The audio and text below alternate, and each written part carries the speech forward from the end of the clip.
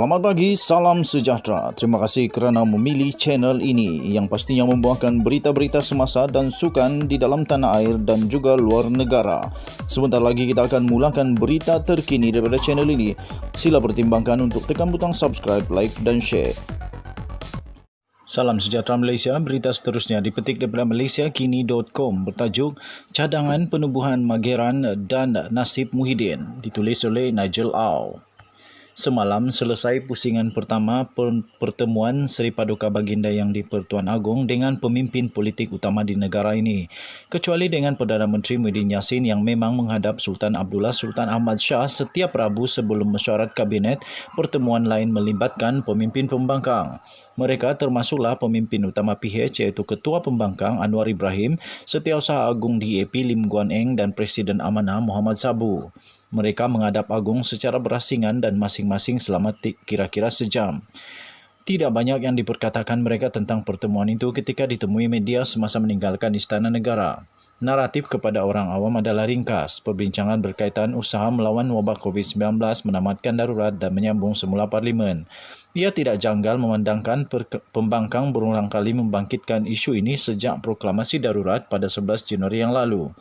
Tetapi hal jelas yang tidak diperkatakan adalah apakah strategi pembangkang berhubung Kerajaan Perikatan Nasional yang mereka sifatkan sebagai tidak sah sejak langkah Sheraton pada Februari 2020 dan sejak itu gagal ditewaskan mereka. Ketika menemui pemberita usai menghadap Seri Paduka Baginda Yang di-Pertuan Agong, pemberita bertanya tentang isu kemungkinan pembentukan kerajaan baru. Namun Anwar hanya menjawab perkara itu tidak dibincangkan. Bagaimanapun, pemimpin PN memberikan reaksi yang tegas berhubung perkara itu. Presiden PAS Abdul Hadi Awang menggesa usaha kumpulan yang disifatkannya sebagai ingin menebuk kapal dari bawah perlu dihalang. Setiausaha sulit kanan Muhyiddin pula, Marzuki Muhammad juga mengeluarkan kenyataan tegas.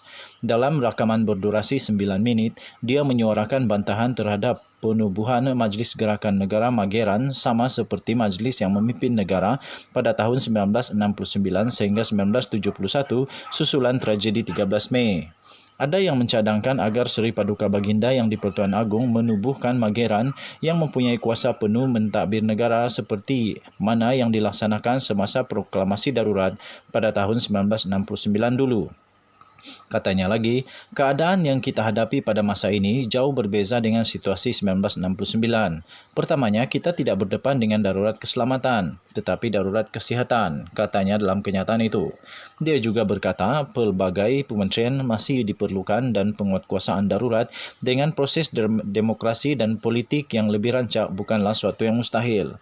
Jika Mageran mengambil alih pentadbiran negara dan mengikut model seperti 1969, sejumlah 70 menteri dan timbalan menteri yang ada pada masa ini mungkin dikurangkan kepada hanya separuh. Kuasa akan lebih tertumpu kepadanya, melebihi apa yang dimiliki kerajaan darurat pada masa ini dan bertentangan dengan gesaan pembangkang agar demokrasi dikembalikan. Walaupun tidak mustahil untuk tetap mengadakan sidang parlimen, berbeza dengan ketika 1969 dan sekarang. Satu lagi ironi adalah kerajaan PN yang sudah beberapa bulan menghalang sidang parlimen di saat majoriti sokongan yang dipersoalkan. Kini bercakap tentang demokrasi yang lebih rancak. Apa yang dibincangkan di dalam Istana Negara semalam tidak akan diketahui umum kecuali pemimpin yang terlibat mendedahkannya. Bagaimanapun pertemuan ini telah pun menggelisahkan kerajaan. Bantahan Marzuki terhadap Mageran sedikit sebanyak membayangkan apa peristiwa yang berlaku beberapa hari ini. Idea ini telah dibangkitkan sejumlah blog sejak akhir Mei dan semakin dibincangkan apabila ia disuarakan pula oleh ahli ekonomi Muhammad Abdul Khalid, bekas penasihat ketika pentadbiran Pakatan Harapan. Ketika itu, ia belum menjadi sebahagian daripada naratif di arus perdana. Muhammad berkata, perlunya satu pasukan baru yang berani, bijak dan patriotik untuk mentadbir negara di tengah-tengah wabak COVID-19 yang kian memburuk di tengah-tengah penguatkuasaan darurat.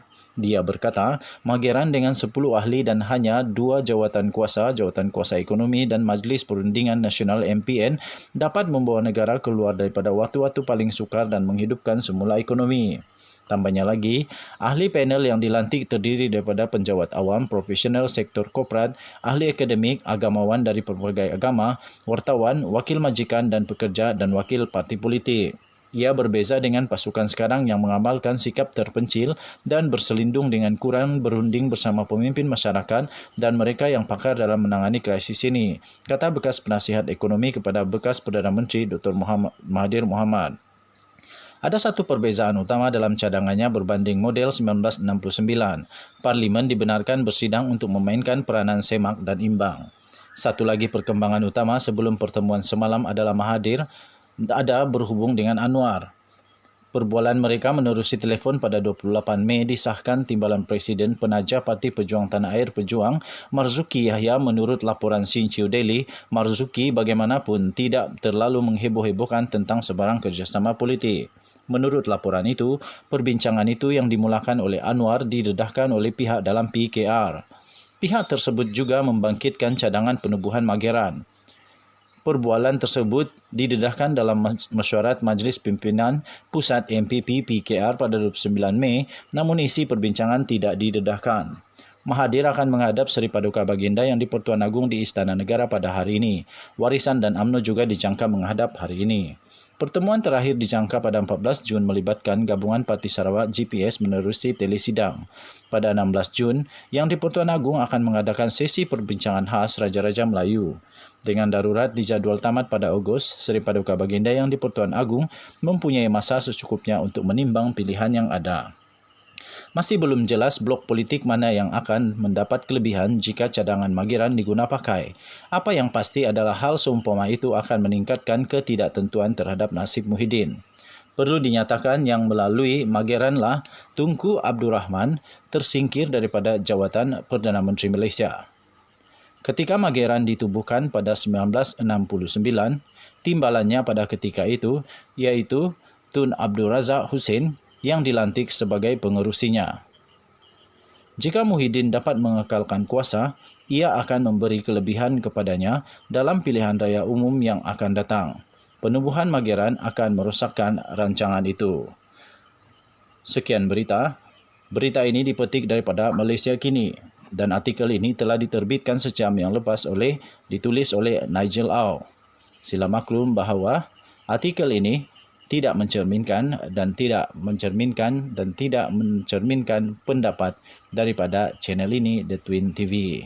Marilah kita terus berdoa semoga Seri Paduka Baginda yang di-Pertuan Agong akan terus kekal sihat dan diberikan kebijaksanaan daripada Allah Subhanahu Wa Taala untuk memimpin negara kita Malaysia. Begitu juga dengan Raja-Raja Melayu yang lain supaya mereka dapat membuat keputusan yang terbaik untuk semua rakyat jelata di negara Malaysia. Kita jaga kita ikuti sama-sama SOP yang telah ditetapkan oleh MKN dan juga KKM. Stay at home, tidak perlu keluar daripada rumah jika tidak perlu untuk keluar rumah. Bersama-sama kita untuk menyokong program vaksinasi nasional untuk kita membentuk satu kelompok imuniti daripada penyakit COVID-19. Kita jumpa lagi. Selamat pagi Malaysia. Bye-bye.